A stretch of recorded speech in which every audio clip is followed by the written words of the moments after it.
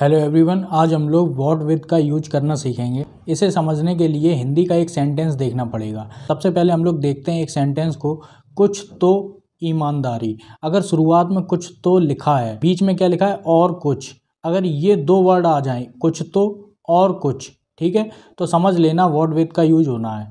ठीक है, तो यहाँ पर क्या है, कुछ तो ईमानदारी और कुछ कठिन मेहनत की वजह से वह महान बना। ठीक है, तो इसी तरीके के सेंटेंस आपको और आगे मिल जाएंगे। यहाँ पे सेंटेंस में क्या लिखा है, कुछ तो ईमानदारी, तो कुछ तो के लिए क्या लगाएंगे हम लोग, व्हाट विद। ठीक है, कुछ तो ईमानदारी, ईमानदारी की जगह ऑनेस्टी लगाएंगे, व्हाट विद ऑनेस्टी। हिंदी का सेंटेंस फिर से देखेंगे, और कुछ कठिन मेहनत की वजह से, एंड व्हाट विद, और की जगह एंड आएगा, और कुछ कठिन मेहनत की वजह से, and what with hard working. आगे क्या है, वह महान बना, ही बिकेम ग्रेट। वह महान बना एक पास्ट इंडेफिनिट टेंस है, इसलिए हम लोग क्या करेंगे, सेकेंड फॉर्म लगाएंगे, ही बिकेम ग्रेट।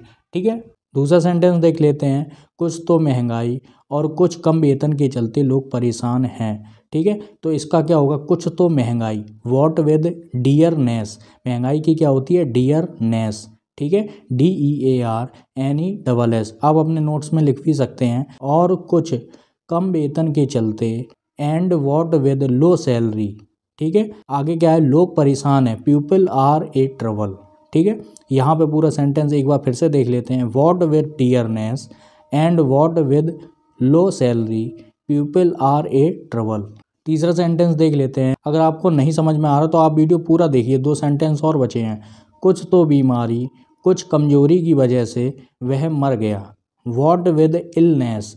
कुछ तो बीमारी, व्हाट विद इलनेस। ठीक है, कुछ कमजोरी की वजह से, अब यहाँ पे बीच में और नहीं लगा, लेकिन फिर भी अपनी तरफ से आप एंड लगा देना। ठीक है, what with illness and what with weakness he died.